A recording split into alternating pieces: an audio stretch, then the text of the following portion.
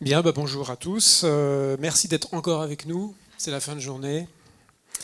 Donc dernier temps fort avec une table ronde sur un sujet qui est devenu central pour l'industrie électronique, les opportunités et les défis de l'approvisionnement, de la planification et de la supply chain.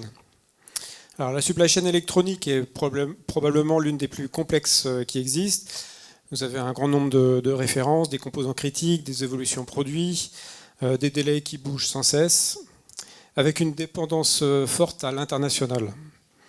Ces dernières années, vous avez une filière qui a traversé des crises, entre les pénuries, l'explosion de la demande, le Covid, les problèmes logistiques et géopolitiques qui sont vraiment le quotidien aujourd'hui. Tout cela a mis la supply chain sous tension et surtout révélé à quel point elle est devenue stratégique pour les industriels. L'objectif de cette table ronde est simple. On va essayer de comprendre comment trois acteurs très différents, Lacroix, Merem et la SNES, font face à cette complexité. Quels outils ils utilisent, quelles pratiques fonctionnent réellement et comment ils voient l'évolution de la supply chain pour les prochaines années. Alors pour débattre du sujet, j'ai donc trois invités. On va commencer par les dames.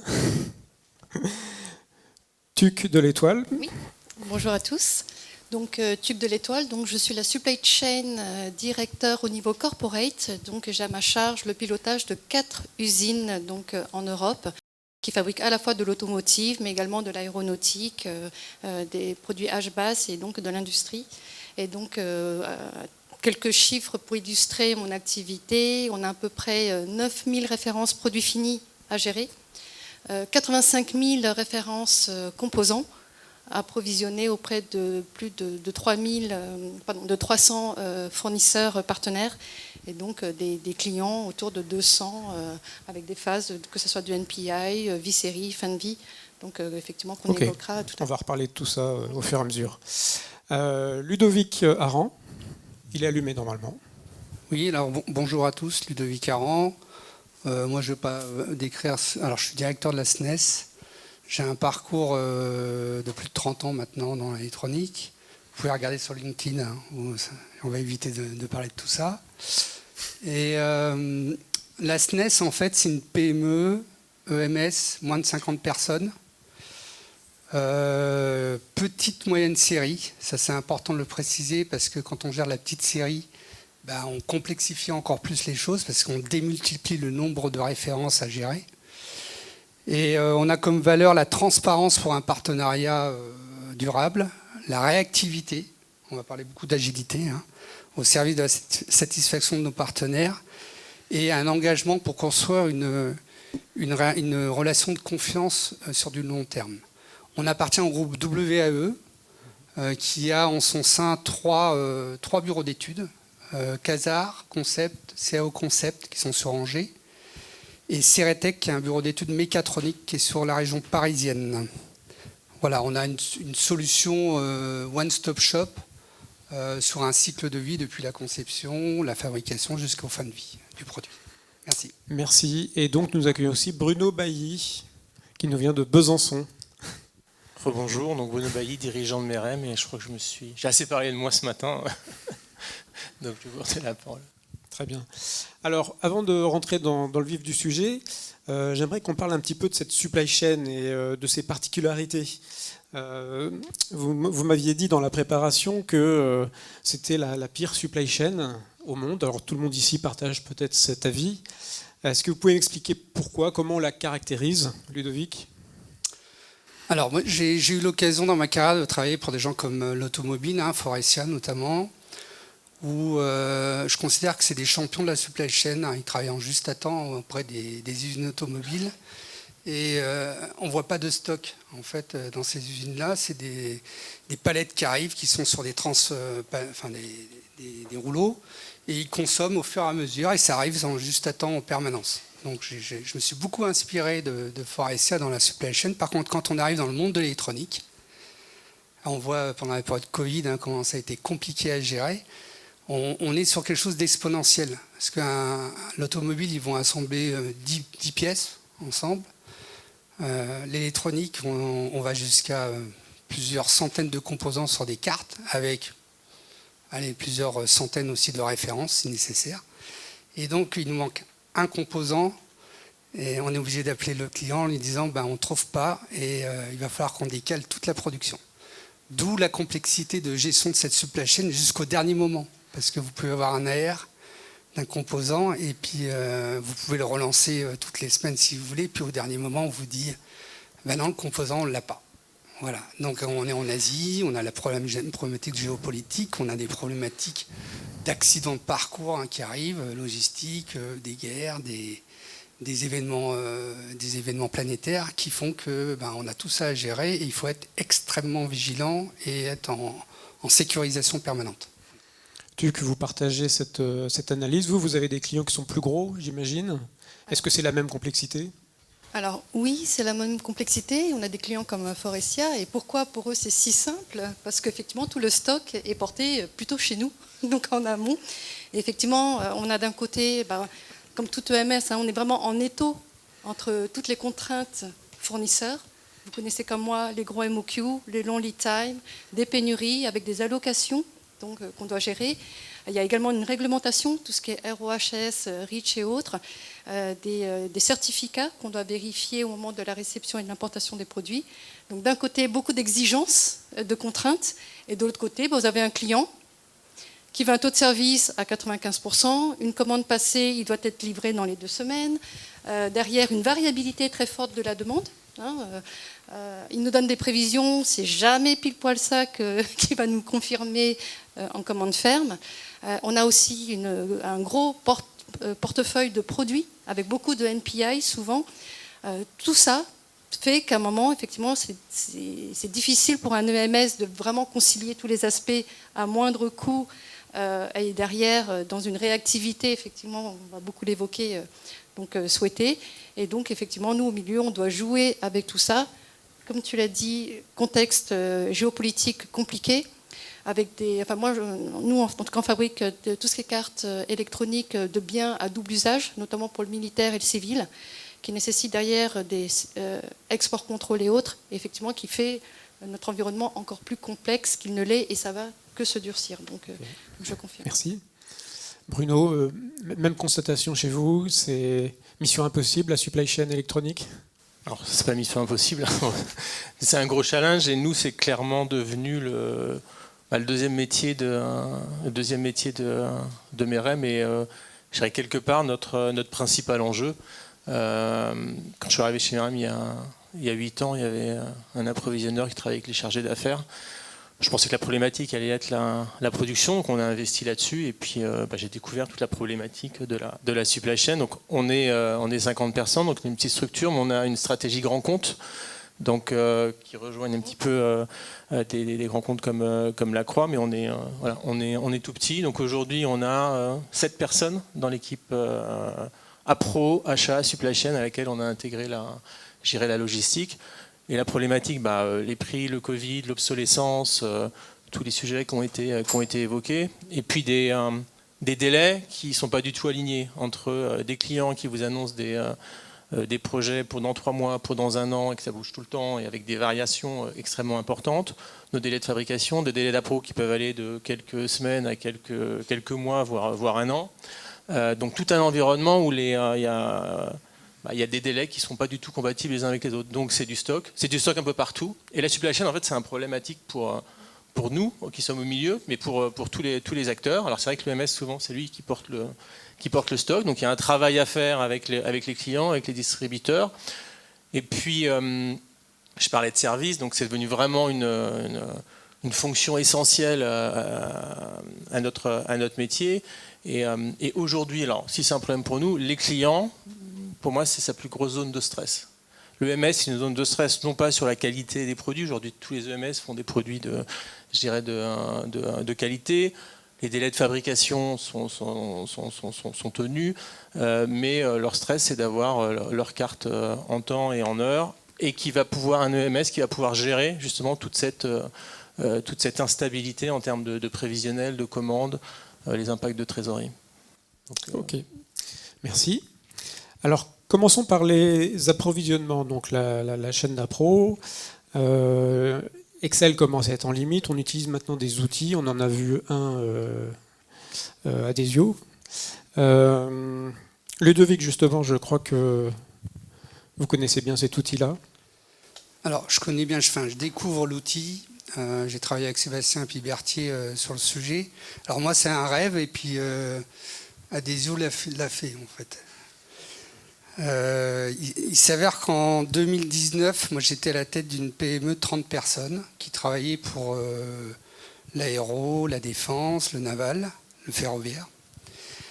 Et tout le monde a connu cette période difficile où tout d'un coup, pénurie de composants, impossible de trouver des stocks, les prix s'enflamment. Et je me suis dit, on ne peut pas rester comme ça, sans rien faire, à scruter chacun de nos distributeurs ou cataloguistes. Et en fait, la genèse, ce qu'Adesio a fait, moi je l'ai fait en interne. C'est-à-dire j'ai fait un propre développement avec un ingénieur qui était assez talentueux. Et on a travaillé avec les API, justement. Et j'avais 12 API à l'époque, donc 2019-2020.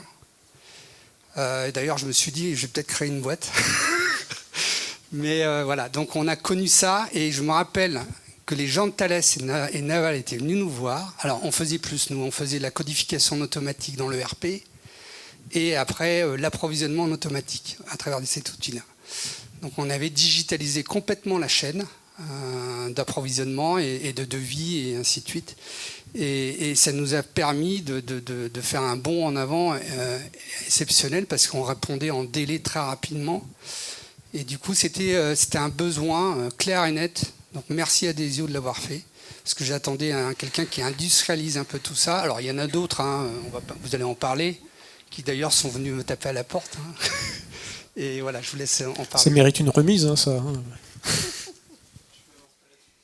Tuc, je crois que vous, c'est je lâche le nom du concurrent. Effectivement, on travaille, nous, avec Precox, donc avec la solution Arthur, pour effectivement capter en temps réel les disponibilités composants sur le marché.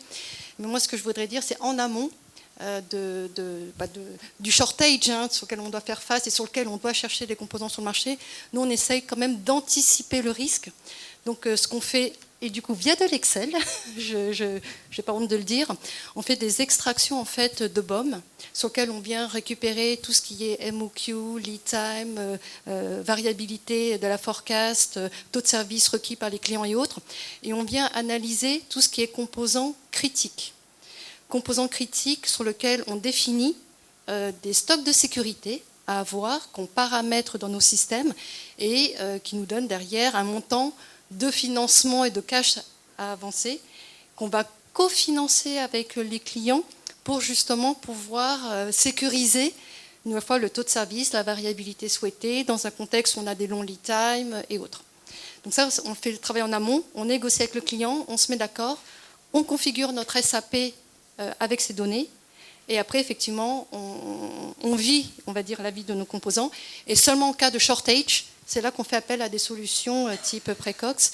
Et nous, comme vous avez compris, j'ai 4 sites de production.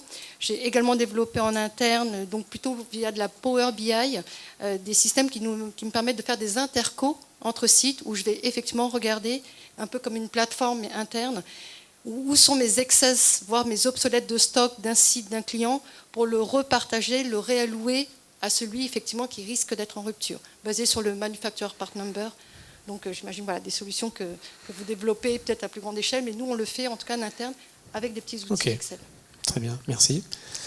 Bruno, de votre côté, c'est plutôt Adesio, non, un autre concurrent? Alors on utilise encore un autre outil. Alors nous on utilise un outil pour les chiffrages, c'est Buy Manager Supply Frame. Et il y a eu un essai qui a été fait avec Luminovo, qui est un outil allemand. Mais voilà. Il y a 2 autres outils dans la salle. Et c'est vrai qu'on est en phase de regarder pour changer d'outil, pour aller un petit peu plus loin dans ce qui est mis en place par l'outil. Donc on utilise Buy Manager aujourd'hui pour les chiffrages qu'on doit rendre sous 3 semaines. C'est pas un outil qu'on utilise plus loin.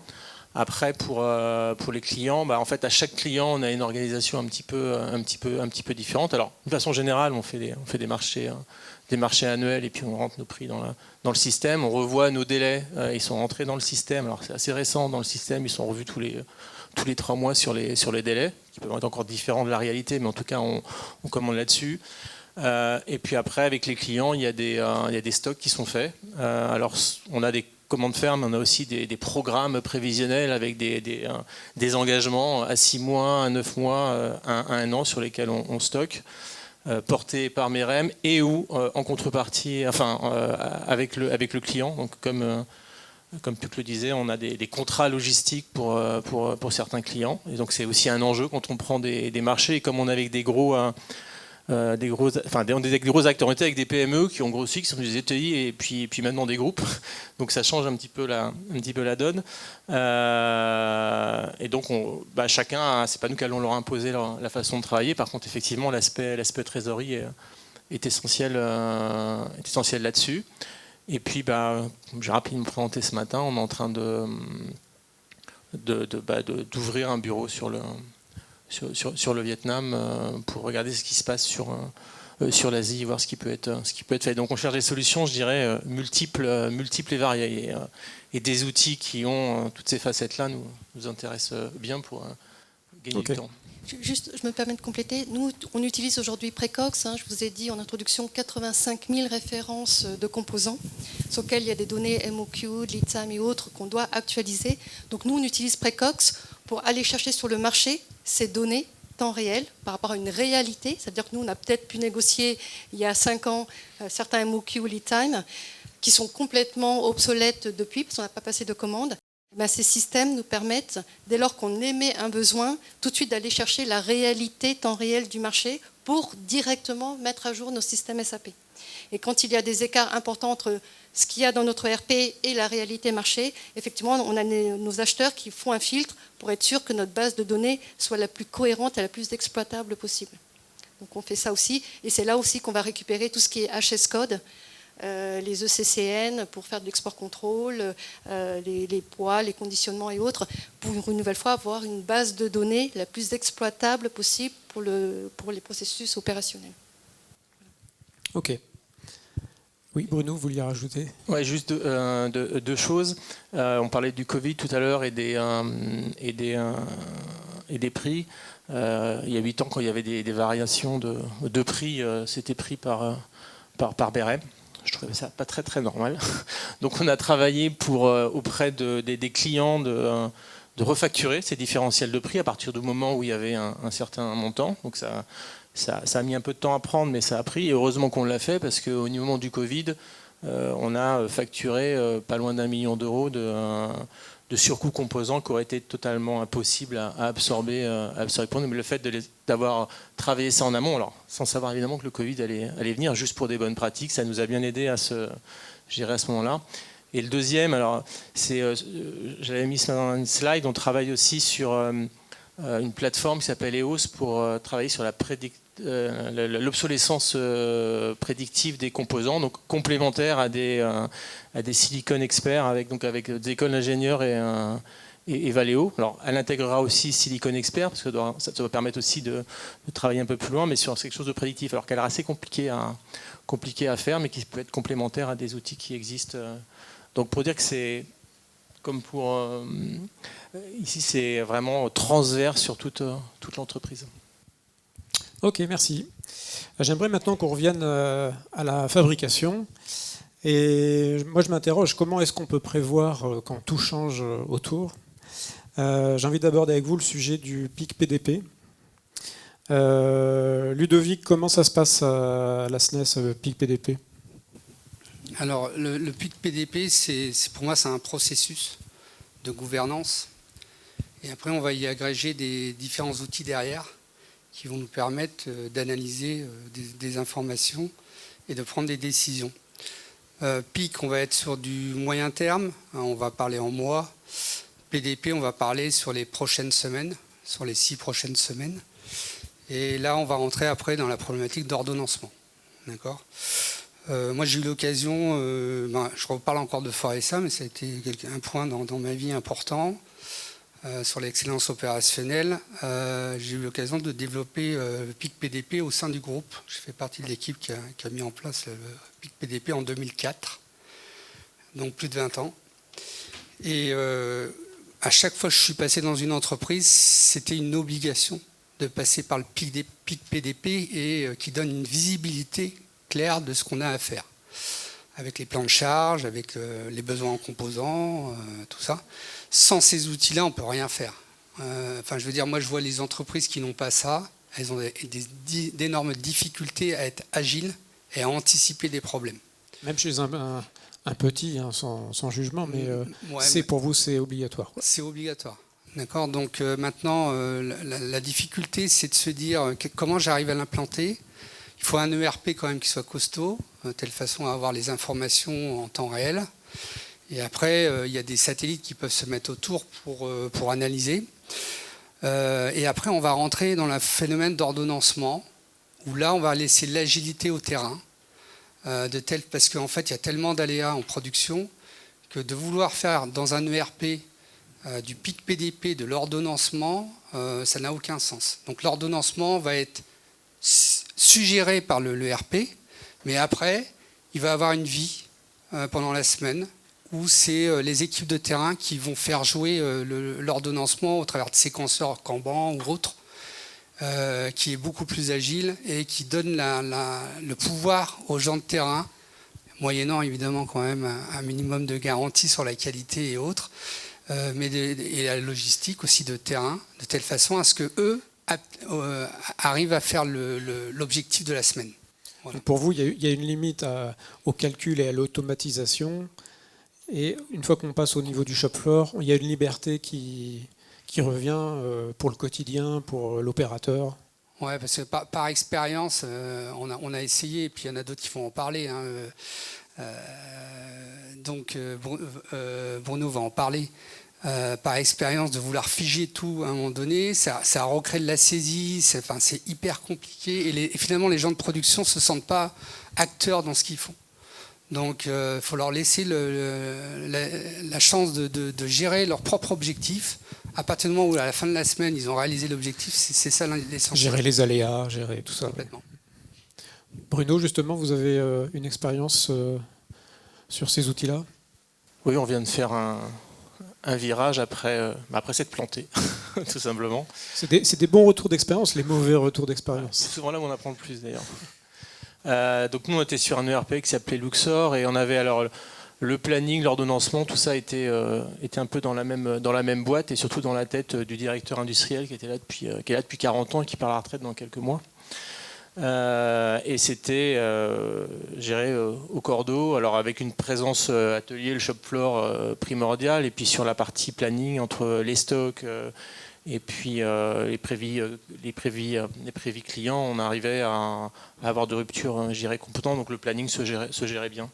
Et on n'avait pas de problème capacitaire, on est en investissement important sur les machines, donc on est en surcapacité par rapport aux besoins qui rentrent et une capacité de réactivité. Donc, et puis on a changé de ERP puisqu'on a basculé sur OpenProd et on a basculé en juin dernier sur OpenProd, qui est un outil fantastique, open source, extrêmement puissant, mais très très différent en termes de logique. C'est un système qui est très très très ouvert, donc on peut faire tout ce qu'on veut, mais il faut que le paramétrage et les données d'entrée elles soient parfaites. Il faut travailler de façon très très transverse. Et du coup, quand on change de ERP, on se dit faut pas reproduire ce qu'on faisait dans l'ancien ERP dans le nouveau, donc on va faire des choses plus intelligentes. Donc on va le planning, alors on a séparé le planning de l'ordo, puis on va tout mettre dans le système, et puis ça va être piloté du bureau. Donc l'ordonnancement a été fait dans le système, et ça n'a pas marché du tout. On n'y est pas arrivé. Alors en parallèle, j'avais mon directeur industriel qui resuivait l'ordo sur Luxor, et avec une notion de shop floor pour se sécuriser quand même, pour faire sortir les produits. Mais non, on n'y est clairement pas arrivé parce que la vie de l'atelier, c'est pas la vie de l'outil. C'est extrêmement complexe. Faut être tout le temps dessus, faut tout le temps bouger. Et donc voilà, on a fait une expérience. On est en train de revenir, je dirais, en arrière. Donc nous, le planning, il est intégré à la supply chain, pour rejoindre mon sujet de tout à l'heure, qui devient vraiment sujet central et qui prend une grande place chez Merem. Et puis l'ordo, on est en capacité, on va dire infinie, et puis c'est des files d'attente qu'on gère. Puis après, c'est l'atelier qui est l'ordonnance au jour le jour. Ok. Si je peux me permettre, oui. Pour bien fiabiliser et bien utiliser un PIC PDP, je pense qu'il y a aussi un travail amont de suivi de la variabilité de la demande. Et voilà, on a un historique souvent, on sait faire des modèles prédictifs de saisonnalité, de tendance et autres. Il faut les utiliser pour déjà challenger les forecasts donnés par les clients. Une fois qu'on a à peu près sécurisé, moi j'aime bien utiliser les outils qu'on appelle ATP, Available to Promise, pour justement voir dans quelle mesure ce que le client nous demande est faisable ou pas sur du moyen terme. Et une fois qu'on a fourni donc le first committed, donc l'AR qu'on envoie au client, c'est là effectivement qu'on rentre dans nos outils PIC PDP pour réellement planifier et effectivement ordonnancer au niveau du shop floor des choses. Mais plus on sécurise en amont et plus ce sera fluide donc en aval. Donc ça, je voulais dire que c'était important de ne pas juste regarder, on va dire, le moyen terme, mais vraiment anticiper. Alors, le sujet suivant, j'aurais aimé aborder comment dérisquer cette supply chain en intégrant au mieux le client. Parce que le client, certes, a des exigences, mais on peut peut-être l'intégrer. Tuc, vous m'avez parlé de cofinancement. Est-ce que vous pouvez nous en parler un peu plus ? Tout à fait. Alors, nous, ce que je vous disais, on fait systématiquement ce qu'on appelle une BOM Profile Analysis. On extrait donc les données, on regarde tout ce qui est critique. Et une fois, qu'est-ce qui est critique ? C'est les composants à long lead time, qui sont spécifiques, customisés souvent par les clients. Et donc, c'est toute une zone de risque, parce qu'on ne sait pas réutiliser ces composants sur d'autres clients, d'autres sites.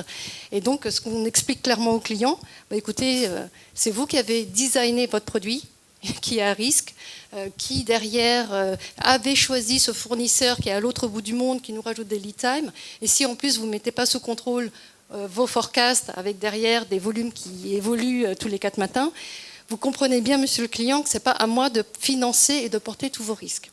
Donc une fois qu'on fait cette BOM profile, qu'on montre, effectivement, s'ouvrent des échanges pour regarder en fonction du montant du risque, qu'est-ce qu'on peut cofinancer. Donc je prends en partie tout ce qui est standard, sur étagère, que je peux mutualiser avec mes autres clients, mes autres sites, et on vous demande effectivement de porter le risque sur ce qui est vraiment spécifique à votre activité.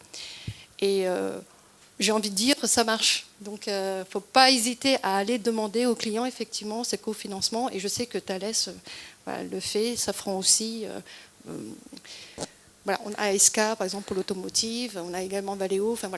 Ce sont des choses qui se font bien dès lors que c'est bien préparé, bien argumenté, expliqué avec des datas, et donc dans une volonté d'avoir un contrat équilibré entre les deux parties pour effectivement construire une relation long terme. Ok. Bruno, de votre côté, je crois que vous essayez de mettre en place une plateforme pour recréer de la relation et du lien avec le client, voire client du client. Oui, on a lancé un projet qui s'appelle ONO, c'est qu'on présentera en début d'année, qui sera le lancement de projet. Là, on est dans finir le cahier des charges, on travaille avec la BPI là-dessus.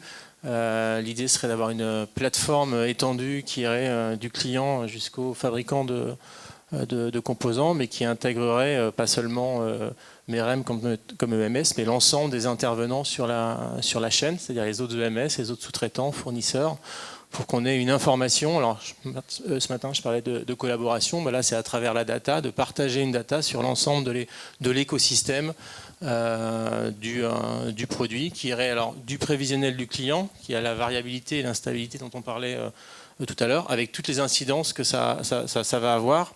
Et donc la visibilité qu'il y aura sur cette plateforme doit nous permettre d'optimiser des stocks, des délais, de suivre des avancées de livraison, de fabrication. Et comme pour les enjeux data sur l'usine 4.0, c'est évidemment bien sélectionner l'information qui va devoir être partagée pour qu'elle soit bénéfique et non pas anxiogène. Ça va nécessiter aussi une qualité d'entrée de données qui est extrêmement importante. Et là, on est au stade avant de présenter le projet de l'interrogation de nos clients. Donc, comme je vous le disais, c'est des PME qui sont devenus des ETI et des groupes. Et on a accès à la direction générale. Et quand je les ai sollicités pour qu'ils me fassent un retour et qu'ils acceptent d'être questionnés par notre consultant de la BPI, j'ai eu toutes les réponses dans les 24 heures avec soit le PDG, soit le VP des opérations de la supply chain. Donc, je me suis dit qu'on avait appuyé à un endroit qui était intéressant. Et là, on est en train de récupérer leurs données. Alors, il y a une vraie complexité parce que chacun a son organisation. Ils mettent beaucoup d'outils en place, mais ils sont extrêmement intéressés. Donc, on va poursuivre ce projet. Et puis, en début d'année, on présente. Donc, à voir en début d'année, c'est ça ? Oui, sur le premier trimestre, il faut qu'on aura eu tous les retours. Mais en fait, d'une sollicitation, ils nous proposent un deuxième et un troisième rendez-vous. Et ils attendent qu'on leur présente aussi. Donc, faut que ce soit performant. Et l'idée, c'est de faire un outil agnostique, qui ne soit pas juste pour MEREM, mais qui soit vraiment disponible pour tout le monde, et sur lequel on pourrait coupler des outils comme Adesio ou autres, gérés en amont sur la partie achat. Donc c'est pas créer un nouveau soft, c'est plutôt des briques avec un certain nombre d'informations, de données qui soient partagées, et ça peut venir se coupler sur d'autres outils. Ce serait un petit peu l'idée.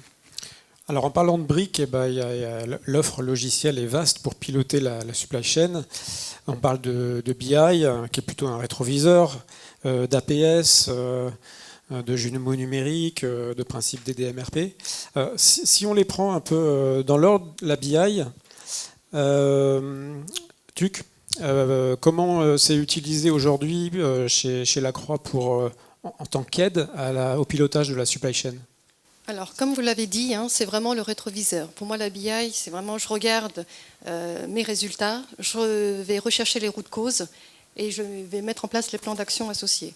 Nous, pour anticiper les activités, on utilise effectivement plus des outils type APS, où on peut venir simuler dans le futur, effectivement, des scénarios et après décider en fonction d'une pénurie de composants.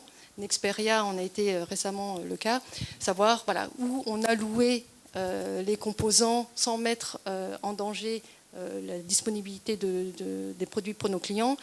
Est-ce qu'il faut ouvrir un shift, 2 shifts, 3 shifts, ou est-ce qu'il faut anticiper de la production et stocker les produits finis? Donc, nous, tous ces outils de simulation et pour prendre des décisions de façon éclairée, on utilise plutôt les APS. La BI, c'est vraiment regarder le passé, rechercher le root cause, mettre en place des plans d'action. Okay. Et les ERP, c'est vraiment pour l'exécution réelle, une fois qu'effectivement les simulations sont prises. On reparlera des APS juste après. Ludovic, quand on est en PME, est-ce qu'on utilise la BI ou alors Excel, ça suffit ? Alors le règne d'Excel dans les TPE, PME, je pense, est toujours là. Par contre, à part comme des gens comme Proto Electronics qui ont été visionnaires complètement sur la façon d'aborder la valeur, toute la chaîne de valeur. Donc on a du Excel, ça je ne le cache pas. Le problème d'Excel, c'est, merci Microsoft, c'est le nombre de versions qui changent sans arrêt. Donc les macros, c'est terminé, ça ne marche plus. Celui qui a développé la macro, il n'est plus là, ou elle n'est plus là.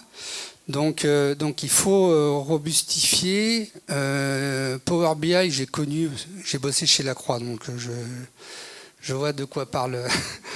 Power BI, je trouve que c'est intéressant parce que c'est une fois qu'on a stabilisé notre processus, c'est vrai, Power BI est plus robuste. Ça s'adresse quand même à des gens il faut connaître un petit peu comment imaginer l'architecture et créer les queries et autres. Mais justement, ça reste dans un règne qui n'est pas trop ouvert, parce qu'à un moment donné, il faut se professionnaliser. Il faut arrêter de faire son petit Excel dans tous les sens, qui n'est pas partagé en plus. Et donc voilà, nous, on est à l'étape d'aller vers peut-être du Power BI. Et comme on va changer de RP en plus, on va profiter de ça pour pouvoir être un peu plus, utiliser un peu moins Excel. Merci. Bruno, vous venez changer de RP. Vous êtes en train de changer de RP. Est-ce que vous en avez profité du coup pour adresser cette brique BI de Business Intelligence ? Alors on avait sur l'ancien ERP mis un outil qui s'appelle MyReport, mais entre la version de MyReport et de l'ancien ERP, ça marchait moyennement, c'était un petit peu compliqué. Donc on l'a utilisé, mais ça s'est vite arrivé, ça a vite été assez limité. On avait effectivement des fichiers Excel de partout. Donc on a profité de la bascule vers OpenProd pour interdire les fichiers Excel. Comme pour l'ordonnancement, ça a été un peu radical. Un vœu pieux, je pense. Voilà, donc ça a un peu bloqué le système. En fait, l'idée c'était parce que le problème d'Excel, c'est que tout le monde est en capacité de faire un tas de choses avec Excel, et donc vous avez un tas d'outils qui circulent. Vous avez un problème d'hétérogénéité, de façon de travailler pour les mêmes métiers, au-delà de l'outil qu'on développe.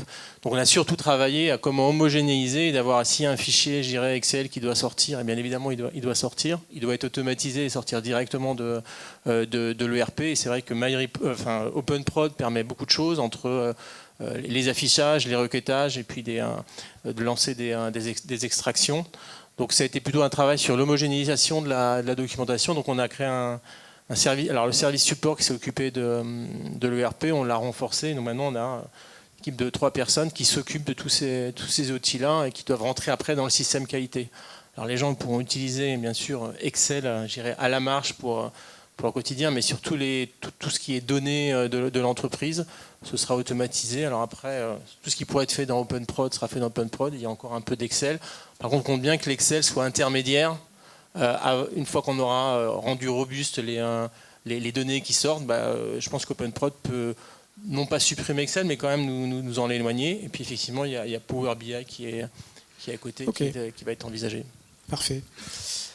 Alors, le deuxième thème concerne les APS, les Advanced Planning Systems, donc les logiciels de planification avancés. C'est souvent vu comme des outils assez complexes, peut-être plus pour les ETI que pour les PME, justement, vous me donnerez votre avis. TUC, c'est un projet que vous avez lancé chez Lacroix il y a quelques années. Est-ce que vous pouvez nous en parler et puis peut-être nous donner aussi un focus sur comment vous êtes arrivé au calcul du ROI de ce genre de solution? Alors, déjà, est-ce que tout le monde est à l'aise avec cette notion d'APS? Donc, ce sont des outils qui permettent, sur la base d'historique de vente ou de production, de faire des simulations et des projections à venir, donc de forecast.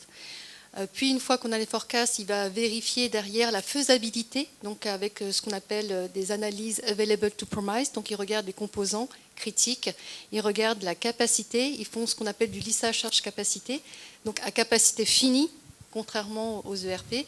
Et après, effectivement, ils planifient, donc font des lissages en fonction d'une réalité de capacité, de disponibilité composants sur la base de calcul MRP et autres. Et donc, nous, effectivement, on a lancé ce projet-là. Donc, on avait lancé un premier projet il y a plus de 4 ans avec IBP, donc la solution de SAP, plus récemment avec Anaplan. Et en fait, ce qu'on se rend compte, c'est la vraie contrainte, c'est déjà l'humain. Parce que c'est un peu comme l'IA. On a des solutions. Une nouvelle fois, les APS existent depuis plus de 30-40 ans. Aujourd'hui, il y a des équipes qui font de la planification plutôt avec de l'Excel, pour ne pas dire calculatrice parfois. Et la question, c'est voilà, est-ce qu'on va laisser un système, à un moment, calculer, modéliser à notre place, et est-ce qu'on va réellement lâcher prise? Donc, première question, voilà. Après, il y a la maturité, effectivement, des équipes qui travaillent sur ces sujets-là. Et puis derrière, effectivement, il y a le ROI. Le ROI, voilà, ce sont des projets, pour ceux qui savent, c'est à peu près entre 250 000 €, voire 1 million pour les plateformes très, très complexes avec plusieurs sites de production, plusieurs plateformes de stockage et autres. Et donc la question, c'est quel est le retour sur investissement de projets aussi coûteux? Donc nous, on fait des analyses. Donc les APS permettent de quoi? Sécuriser la top line, donc l'OTD, permettent de réduire les stocks. Donc effectivement, moins de risque d'obsolescence, moins d'excès, donc moins de dépréciation et de risque de scrap. C'est également des projets qui, parce qu'on a constitué le bon stock sécu, permettent de limiter tout ce qui est fret aérien, extra cost. Ça permet aussi de limiter tout ce qui est heures sup des équipes, parce qu'on a anticipé produits stockés.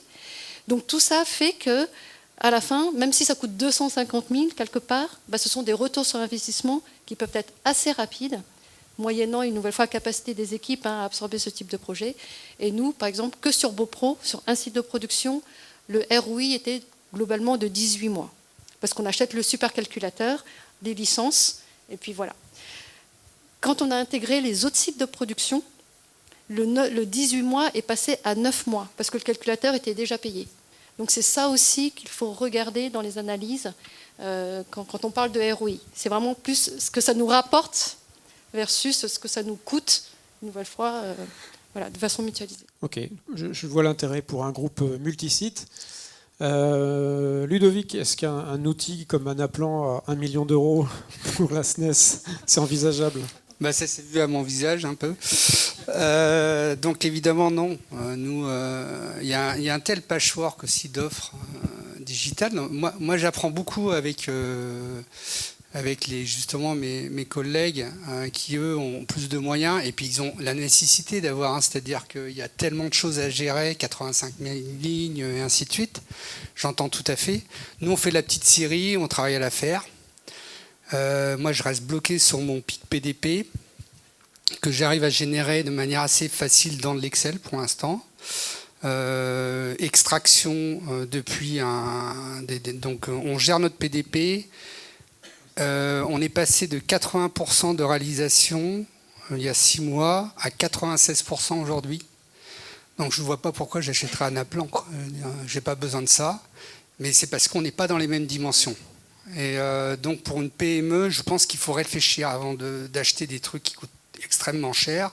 Le digital, moi je vois la note, je suis en plein budget, c'est en train d'exploser. Donc on va aller choisir les bons outils quand on en a besoin. Et voilà, donc ça c'est la méthode PME. Je pense que tout le monde est dans le bon sens, après derrière. Et puis après, quand on est dans des échelles plus importantes, évidemment, il faut s'outiller, quoi. Ça, il n'y a pas de souci. Bruno, chez vous, vous avez regardé ces outils chez Merem? Alors suite aux échanges avec TUC, on a regardé Anaplan, qui était l'APS que vous avez. Et moi, c'est plus dans la fonction plateforme qu'on envisage, sur laquelle on travaille. Mais en fait, l'APS a plutôt une fonction interne que d'ouvert sur l'ensemble des intervenants. Donc c'est quelque chose qu'on va continuer à regarder et voir si dans le cadre de la plateforme, ça peut s'intégrer. Mais comme en même temps, on a basculé sur le nouvel ERP, si je tiens à ma vie, je ne vais pas rajouter un deuxième outil tout de suite. Chaque chose en son temps. Ouais. Voilà. Je pense qu'on va terminer là les questions techniques. Maintenant, je vais vous laisser la parole pour un mot de la fin, une phrase sur vos priorités sur 2026 pour la supply chain dans l'électronique. 2026 ou après, votre vision, votre idée. Qui veut commencer? Tuc. Je vais commencer. Moi, j'ai 4 priorités. Premièrement, analyser les zones de risque, parce que je pense qu'un supply chain manager est avant tout un risque manager.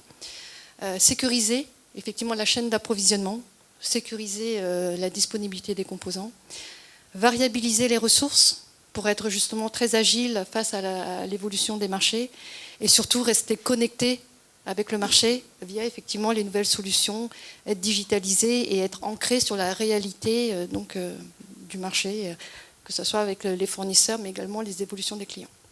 Ok. Bruno?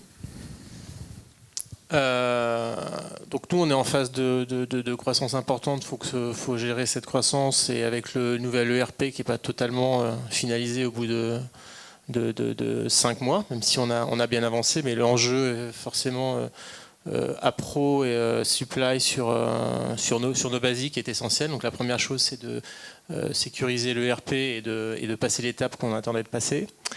2, pour la plateforme, comme maintenant j'ai dit à mes clients qu'on allait mettre une plateforme, je suis obligé d'aller au bout. Donc ça va être, un projet stratégique. Et puis il y a ce projet Asie sur le Vietnam. Donc on va être bien occupé. Et la supply chain confirme que c'est vraiment le cœur du réacteur pour nous. Ok. Ludovic, votre lettre au Père Noël pour la supply? Non, parce que moi j'y crois, là c'est pas du Père Noël. Là, Et puis les équipes, je pense, ont besoin de ça. On est en train de migrer vers un ERP nouvelle génération. Le nôtre, il a plus de 10 ans, il a 15 ans, je crois. Donc là, ça va être la révolution. Donc que ça se passe bien. Un ERP qui va nourrir je reparle du PIC PDP, puisque finalement, c'est notre outil de management, qui doit être évidemment pour partie automatisé, agile, pour absorber les aléas sur toute la chaîne de valeur qu'on gère. La gestion des stocks aussi en temps réel, on en a parlé ce matin. Donc nous, on va mettre en place également la même chose en utilisant l'agrégation de l'ensemble des données depuis le magasin jusqu'aux lignes CMS, de telle façon à avoir du temps réel, éviter d'avoir des inventaires comme on est en train de faire annuels, qui nous prennent un temps fou et qui nous coûtent beaucoup d'argent. Voilà, donc on est sur ces 3-4 éléments de transformation qui permettent à une PME de continuer à avancer et de proposer des services rassurés en termes de plan de continuité d'activité notamment. Parce que de plus en plus, il y a la cyber, il y a tout un tas de choses qui arrivent. Et donc on doit rassurer nos partenaires sur le fait qu'on sait gérer leurs affaires. Voilà. Donc si je comprends bien, il y a encore beaucoup de projets avec le digital et la supply chain électronique. Ce n'est que le début de l'histoire. Merci à tous les trois. Merci beaucoup. Et on a quelques minutes pour prendre des questions. Si des personnes ont des questions, je fais passer le micro. Définition du PIC PDP. Plan, oui, allez-y. Alors, PIC PDP, plan industriel et commercial. Donc on va être sur quelque chose qui va être plus moyen terme. Vision moyen terme, on va être entre 2-3 mois à 6 mois, qui va permettre d'anticiper également la problématique de charge, qu'elle soit humaine ou capacitaire machine. Et du coup, d'anticiper, d'essayer aussi, comme le disait Tuc, c'est éduquer aussi nos partenaires sur la visibilité qu'on peut avoir. On peut faire de l'étude historique. Moi, je l'avais travaillé sur du saisonnier dans le bricolage. Et je peux vous dire que c'est pas si simple que ça à gérer. Et on avait travaillé effectivement sur la statistique. Et on avait pu dire à notre partenaire, ça fait des fluctuations comme ça, donc il faut mettre en place des stocks de sécurité sur le composant si vous voulez qu'on vous livre plus vite. Et le PDP, c'est vraiment la vision plus court terme de terrain, plan directeur de production. Là, on va être sur du 6 semaines et puis une visibilité peut-être 1-2 mois. Pour anticiper justement la problématique des intérimaires, la problématique des capacitaires. Une ligne de CMS, on l'installe, il faut au moins 6 mois pour installer une ligne CMS. Donc avec ces deux outils, c'est bien complémentaire, ça permet vraiment de bien manager les choses, quoi. Ouais. Oui, bonjour, je suis Michel Doriot de Agiga, donc l'économie circulaire de composants électroniques, la recirculation des produits. Il y a une question qui m'arrive, c'est souvent je pose cette question et j'ai des réponses qui peuvent être très variables. Est-ce que d'une part, vous avez une bonne idée des stocks qui sont dits excédentaires par rapport à l'ensemble du stock que vous avez au bilan? Et c'est quand même un point important. Et le second, c'est quel est ce montant de stock d'une façon générale? Est-ce que pour vous, il y a un niveau j'entends parler de 2 mois, 6 mois de stock par rapport aux achats. Qu'est-ce que vous avez comme ordre de grandeur à nous donner? Moi, je vais vous répondre. Aujourd'hui, la Croix, donc sur toutes ces filiales, donc toutes ces usines, on a à peu près 60 millions d'euros de stock. 15 millions sont des excès et des obsolètes. Donc excès lié à quoi? C'est lié à des gros MOQ souvent négociés par les clients.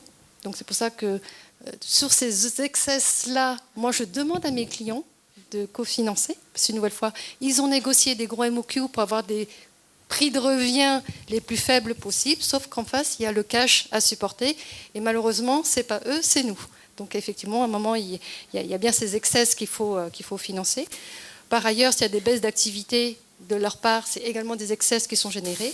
Et après, il y a ce qu'on appelle les obsos, parce qu'à un moment, ils ont changé leur portefeuille de produits. Il y a des produits qui sont arrivés en fin de vie, qu'ils ont retirés du marché.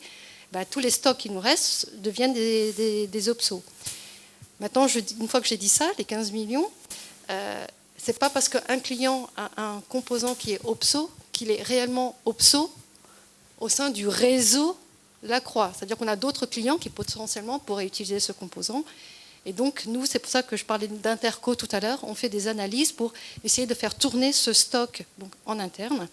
Et vraiment, effectivement, en dernier recours, quand on ne peut pas, on va mettre sur des places de marché type brokers, ces obsos, ces excess, sachant que nous, on a une spécificité, on fabrique pour des biens à double usage.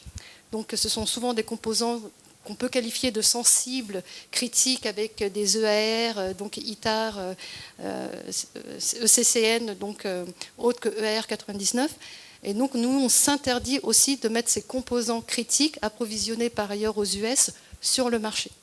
Parce que voilà, à un moment, il faut aussi justifier le pourquoi on a acheté et pourquoi derrière on les revend. Donc, voilà, l'un dans l'autre, on essaie d'avoir le minimum d'excès OPSO, mais quand on en a, effectivement, on est quand même regardant sur ce qu'on va en faire au final. Je ne sais pas si j'ai répondu à votre question. Oui, pour avoir ces ordres de grandeur, alors on la croix avec une certaine taille, oui.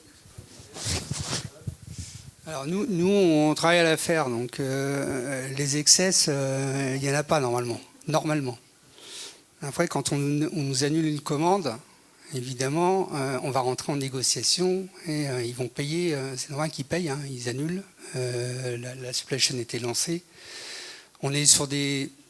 En gros, on est sur des... Alors ça dépend, hein, mais en moyenne, on est sur du 3 mois, en gros, de réalisation entre le moment où on reçoit la commande et la livraison. Okay, donc effectivement, si on nous demande d'annuler au bout de 2 mois, il y a un léger souci. Mais voilà, donc on n'est pas, je dirais, si j'estime, on n'est pas sur les mêmes chiffres hein, que Lacroix. Nous, on va être sur des montants d'1 million à peu près de stock maxi. Hein, c'est fluctuant en fonction de l'activité. Et derrière, si j'ai 10% d'excès à négocier, c'est le maximum, quoi. Voilà. Pour nous, alors en ce moment, le stock il est autour des 4,5 millions. On est monté à 5,5 millions pendant le Covid. On est redescendu à 3,5 millions, mais cette année, on a une grosse croissance. Et comme je vous le disais tout à l'heure, on a chez les principaux clients, on a des commandes fermes à 3 ou 4 mois, puis après, on a des programmes qui nous demandent d'engager en composant à 6 ou à 9 mois, et après qu'on va utiliser sur, on va dire, 12 à 18 mois. Donc on n'a pas d'annulation de commande, on a un décalage du programme. Et dans ce cas-là, on a soit des contrats logistiques, soit pas grand-chose à part des accords verbaux. Donc on essaie d'en avoir de plus en plus. On a de la participation. Et il nous est arrivé quelquefois qu'il y ait des annulations de commandes, notamment en 2024, parce qu'il y a des marchés qui se sont effondrés et le client final a dit je ne prendrai pas le produit avant 2 ans. Et après, dans ce cas-là, les clients ont soit payé tous les stocks, soit on a accepté qu'il y en ait une partie qui soit payée, une partie qu'on porte pendant 1 an et demi. Voilà. Donc, vaut mieux avoir des contrats logistiques. Et ce que fait TUC avec Lacroix, je crois que c'est vraiment bien. Donc, on va dans ce sens-là. Mais ça renforce au moins le sujet de la supply chain, c'est qu'on fait le tampon et c'est toujours des négociations à gérer. Et pour le stock obsolète, on doit avoir à peu près, je dirais, 350 400 000 euros de stock, donc qui est déjà déprécié depuis un moment. Et on a mis une partie de stock chez un broker, donc on l'a plus physiquement. Et puis au fil de l'eau, qu'il le revend, il nous en paye, mais pour l'instant, il n'en vend pas beaucoup. Mais il n'est pas chez nous, c'est toujours ça.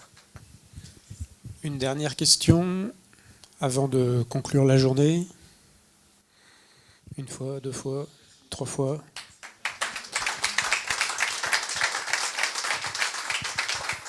Oui, merci à vous. On conclut de fort belle manière cette journée sur un sujet éminemment chaud et durablement chaud vu le niveau d'incertitude ambiant qui n'est pas prêt de s'arrêter. Donc force à vous.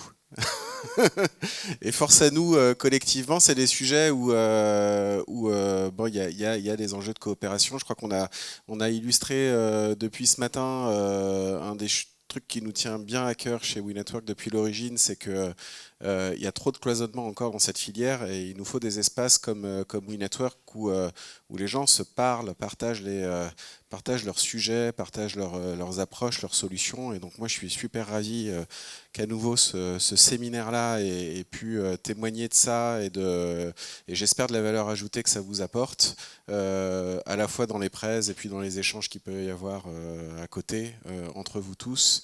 Et avec nous, en tout cas, on est déterminés, nous, à continuer sur cette logique-là, à continuer à vous proposer ce type d'événements, à essayer de les faire évoluer en fonction de vos priorités, de vos besoins. Je rappelle le sujet d'actu chez nous, qui est notre campagne Early Bird, moins 10% jusqu'à fin décembre. Fantastique. Au-delà de la blague, l'idée c'est que plus on sera nombreux à partager ces convictions-là, à se réunir ici, et plus on fera avancer les intérêts de la filière électronique. Et au-delà de la filière électronique, les intérêts de toutes les filières industrielles qui utilisent de l'électronique et qui vont avoir affaire à ces enjeux de supply chain, de souveraineté, et d'avoir une filière forte en France et en Europe. Voilà, c'est la trajectoire dans laquelle on s'inscrit. On a plein d'ateliers, de groupes de travail, de formation sur ces sujets-là. Donc voilà, si le cœur vous en dit, vous êtes bien entendu les bienvenus pour rejoindre la dynamique. Voilà, merci encore à tous de votre participation. Je retiens juste un mot que je disais à une personne. Il y a peu de séminaires techniques chez WeNetwork, mais généralement on s'en souvient. Je pense que celle-ci, voilà, vous allez vous en souvenir aussi, vu la quantité d'infos, de données, etc. Mais voilà, je vous donne rendez-vous pour la prochaine. Merci beaucoup.